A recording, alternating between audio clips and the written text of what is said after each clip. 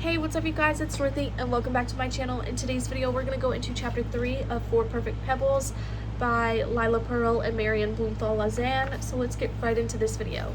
This video is going to contain sensitive topics and foul language. If you do not wish to continue, I suggest you click off the video now. You have been warned. Get dressed and come with us. In the Bloomfield apartment in Hanover, the children lay ill with whooping cough. Although the most serious stage of the disease had passed, Marion and Albert still coughed and made frightening gagging sounds in the night. Ruth and Walter rose frequently to comfort them. It was now November 1938, and the bleak German autumn had begun. It was much too soon to expect news of the visa that would take the family to America. Patience, we must have patience, the worried parents told themselves. But the autumn of 1938 was a frightening time to be waiting for a way out of Germany. During the summer, organized gangs of Nazis had set fire and destroyed the main synagogues of Nuremberg and Munich, another important city in southern Germany. The government claimed that such acts were merely random violence against Jews, but at the same time Hitler was introducing new measures to identify Germany's Jews and to isolate them from the rest of society. On August 17th, a law was passed that forced all Jewish females to take the middle name of Sarah. All males were to be given the name of Israel, and the names were to be added to existing legal documents such as birth certificates, marriage certificates, and passports. Not long afterward, on October 5th, it was decreed that all passports and other documents held by Germany's Jews must also be marked with a large letter J. During the 6th month the Bloomfields lived in Hanover, they made few friends. We hoped, of course, Mama said, that we would be there with only a short time, but we were lucky in our good Jewish neighbors, the Dannenbergs, who also turned out to be very good friends. The Dannenberg family, Bertha, Walter, and their son Gerd, or Gary, who was 2 years older than Albert, lived on the floor above the Bloomfields in the small Hanover apartment building. On the 8th of November, Mama recalled Mr. Dannenberg visited us with a warning. There was going to be some trouble. It had to do with the Polish Jews who were being deported from Germany. The expulsion of thousands of Jews who had been born in Polish territory but had lived in Germany since 1918 was another of Hitler's measures to make Germany racially pure. The roundup of this group had begun on October 28th. Swiftly and brutally, some 18,000 Polish-born Jews were torn from their homes and businesses, packed into trains and dumped just short of the Polish border. There they were stripped of all of their belongings except 10 marks and forced to walk the rest of the way into Poland. Many lived in the stables and pigsties of farms on the Polish frontier until they could find relatives or friends to take them in. One deportee, Zindel Greisenpan, managed to send a postcard to his son, 17-year-old Herschel, who had early fled to Paris. Infuriated, the young man bought a pistol, entered the German embassy in Paris, and shot the first official he met, Ernest von Rath, a third secretary to the ambassador. The date was November 7th, 1938. As von Rath lay seriously wounded, a growing fear gripped the Jewish people of Germany.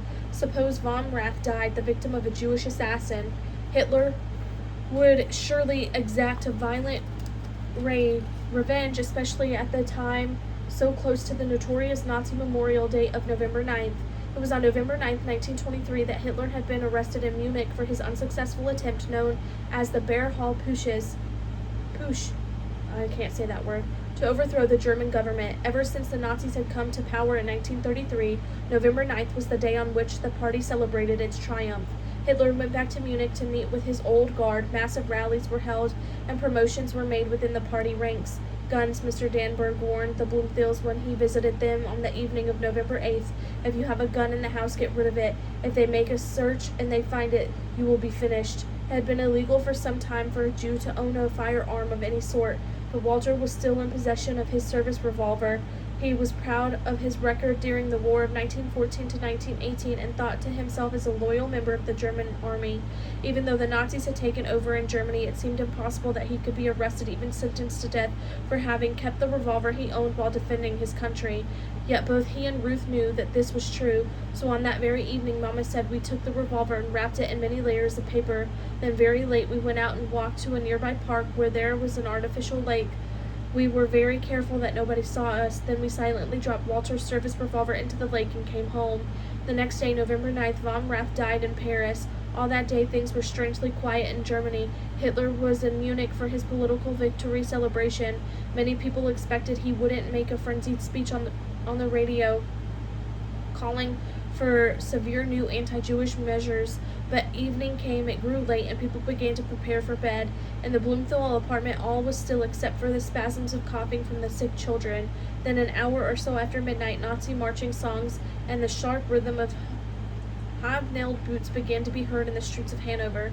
These were followed by sounds of shouting, the crack of pistol shots, and what seemed to be crashing of broken glass. Occasionally, too, the sky flickered with tongues of orange light from the distant fires.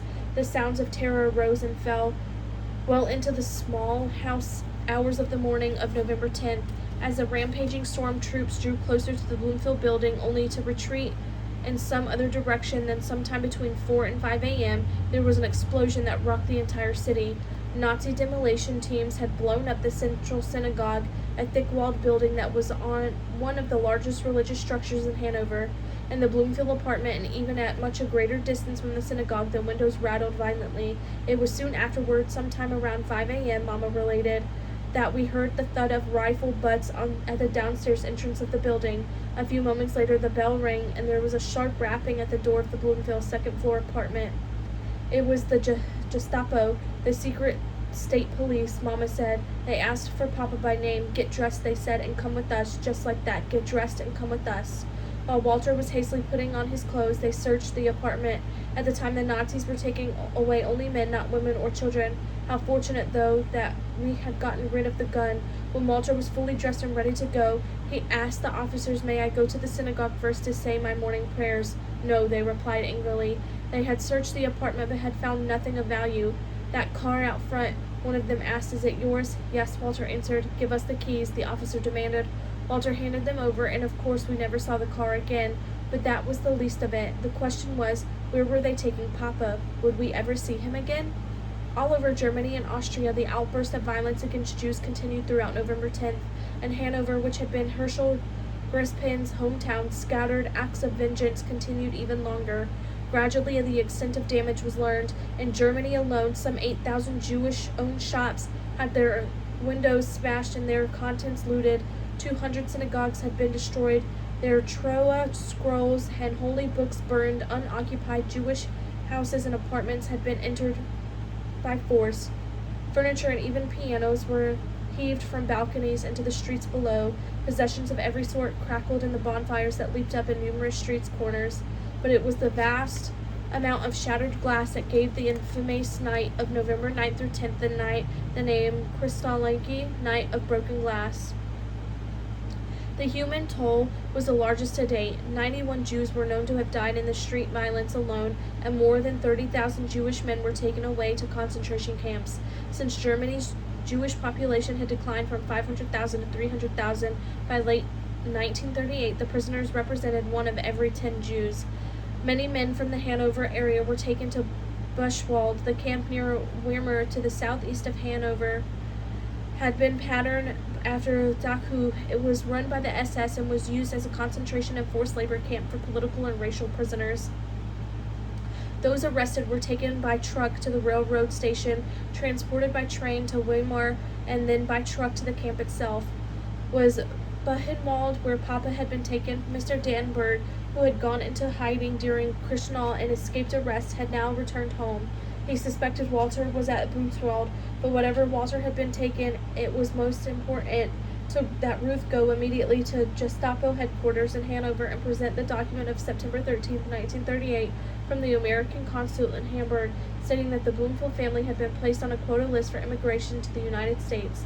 This good advice, Mama said, I took at once. Although I hated to go near the Gestapo, I did what Mr. Danberg suggested. At the office of the Gestapo, Ruth found a waiting room filled with women seeking information about their husbands, sons, and fathers.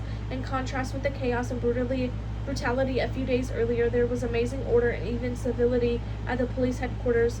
People were called in one by one, and those like Ruth who had valid papers proving their family's intention to immigrate were told that their loved ones would be released shortly.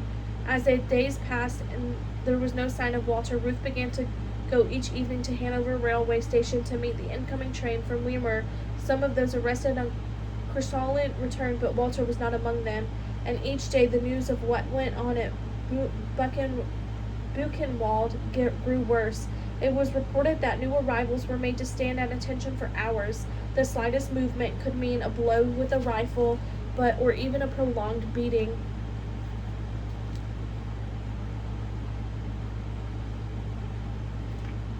Okay, I'm going to leave it off right there, and I will see you guys in part 2 of chapter 10, or not chapter 10, of chapter 3. Bye.